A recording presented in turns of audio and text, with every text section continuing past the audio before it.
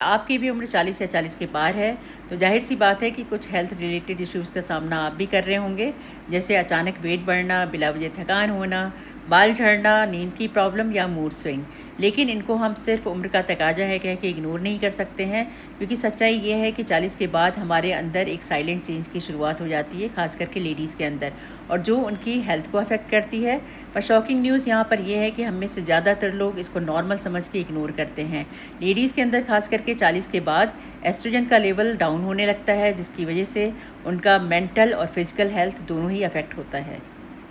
40 के बाद जो हेल्थ इश्यूज़ होते हैं, उनमें से एक बहुत बड़ा हेल्थ इशू है कि आपको बिना किसी काम के थकान महसूस होना, जिसकी वजह सिर्फ कमज़ोरी नहीं बल्कि हार्मोनल चेंजेस, स्लीप इश्यूज़ या विटामिन और आयरन की डिफिशियंसी हो सकती है।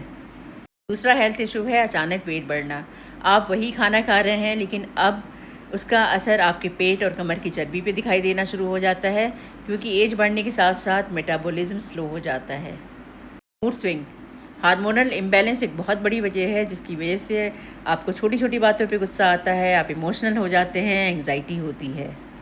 कैल्शियम, विटामिन डी और हार्मोनल चेंजेस की वजह से उम्र बढ़ने के साथ साथ हड्डियों और जोड़ों का दर्द बहुत ही कॉमन है।